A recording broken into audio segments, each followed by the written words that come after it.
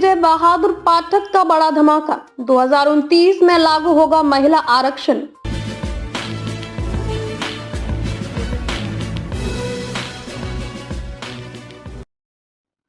आज उत्तर प्रदेश की राजनीति से एक बड़ी खबर सामने आ रही है।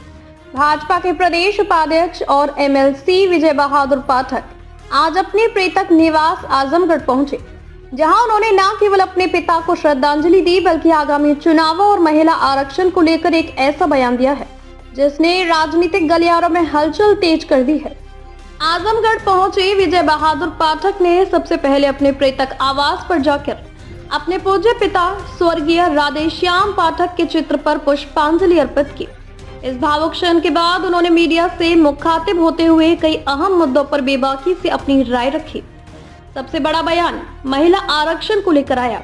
विजय बहादुर पाठक ने विपक्षी दावों को हवा में उड़ाते हुए साफ कहा कि महिला आरक्षण, जिससे पहले 2034 में लागू होने की बात की जा रही थी, अब मोदी सरकार की प्राथमिकताओं के चलते 2029 में ही लागू कर दिया जाएगा। उन्होंने पिछली सरकारों पर हमला बोलते हुए कहा कि दशकों तक महिलाओं को सिर्फ वोट बैंक समझा गया, लेकिन प्रधानमंत्री नरेंद्र मोदी ने महिला सशक्तिकरण को धरातल पर उतारा है। वहीं मतदाता सूची और एसआईआर प्रक्रिया पर उठ रहे सवालों का जवाब देते हुए पाठक जी ने स्पष्ट किया कि जिन लोगों के नाम सूची से हट गए हैं वे किसी के बहकावे में न आए, वे सीधे चुनाव आयोग से संपर्क करें और फॉर्म 6 भरकर अपना आवेदन करें। उन्होंने पारदर्शिता पर जोर देते हुए जनता से सीधे जुड़ने की अपील की। विपक्ष को आड़े हाथों लेते हुए उन्होंने समाजवादी पार्टी पर तीखा प्रहार किया। उन्होंने मुख्तार अंसारी और अतीक अहमद जैसे नामों का जिक्र करते हुए कहा कि जनता भूली नहीं है कि प्रदेश में अपराध को किसने संरक्षण दिया था। उन्होंने साफ किया कि बीजेपी का एजेंडा विकास है, जबकि सपा का इतिहास अपराधी तत्वों के इर्द गिर्द रहा है। जब उनसे कैबिनेट मंत्री ओम प्रकाश राजभर के चुनाव लड़ने पर सवाल पूछा गया तो उन्होंने बहुत ही नपे तुले अंदाज में इसे गठबंधन का विषय बताया और कहा कि नेतृत्व सही समय पर सही फैसला लेगा।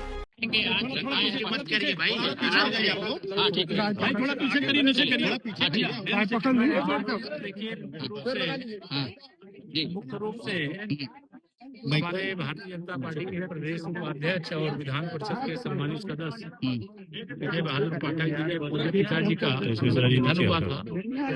तो आज उन्हें श्रद्धांजलि अर्पित करने और परिवार को इस शोक की स्थिति में पार्टी की ओर से, अपनी ओर से संवेदना जाहिर करने के लिए आए थे कि भगवान के जो आता है वो जाता है, लेकिन इस दुख को सहने की उनको शक्ति दे। और शरीर छोड़ करके वो गए हैं, पिता हैं, उनका आशीर्वाद जिस लोक में, दिव्य लोक में होंगे, उनसे वहां से प्राप्त होगा।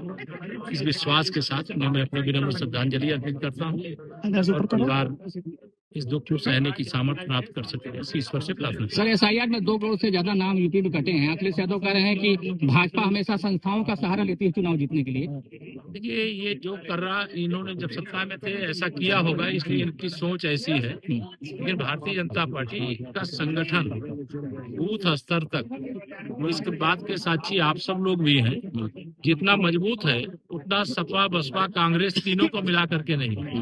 हम अपने संगठन के बल पर संवैधानिक संस्था चुनाव आयोग के द्वारा जो अभियान एसआईआर का चला, उसमें काम किए हैं, मेहनत किए हैं। और जिनके नाम कटे हैं इसमें कई मतदाता ऐसे हैं जो स्वर्गवासी हो गए हैं, सूची में थे, कई ऐसे हैं जो स्थानांतरित हो गए थे, ऐसे नाम भी हैं, और कोई घुसपैठिया रहा होगा तो ऐसे नाम भी कटे होंगे।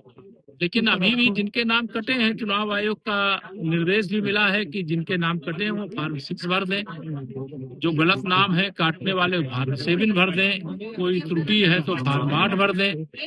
यह चुनाव आयोग का निर्देश है और उस निर्देश का पालन करने की जगह नौटंकी करते हैं अखिलेश यादव जी की। महिला आरक्षण बिल पर कैसे देखते हैं? इस महिला में कोई फायदा होगा क्या? इसको क्या महिला आरक्षण को लेकर संसद, ये भारत की आधी आबादी को न्याय बहुत पहले मिलना चाहिए था, लेकिन यह भी जो सबसे श्रेष्ठतम काम है देश के लिए, तो माननीय प्रधानमंत्री श्री नरेंद्र मोदी जी के नेतृत्व वाली सरकार कर रही है। कांग्रेस 70 साल शासन किया, कुछ नहीं किया। माननीय मोदी जी के नेतृत्व में अभी हमारा 12वां साल है। वैसे 2034 में ये लागू होने की उम्मीद थी, लेकिन वह 2034 के लोकसभा चुनाव से ही जो आधी आबादी को अधिकार देने का फैसला लिया है, और एक नहीं अनेक बेटी बचाओ बेटी पढ़ाओ से लेकर के हर क्षेत्र में बेटियों को, महिलाओं को आगे बढ़ाया, गांव की गरीब महिलाओं को लखपति दीदी बनाया।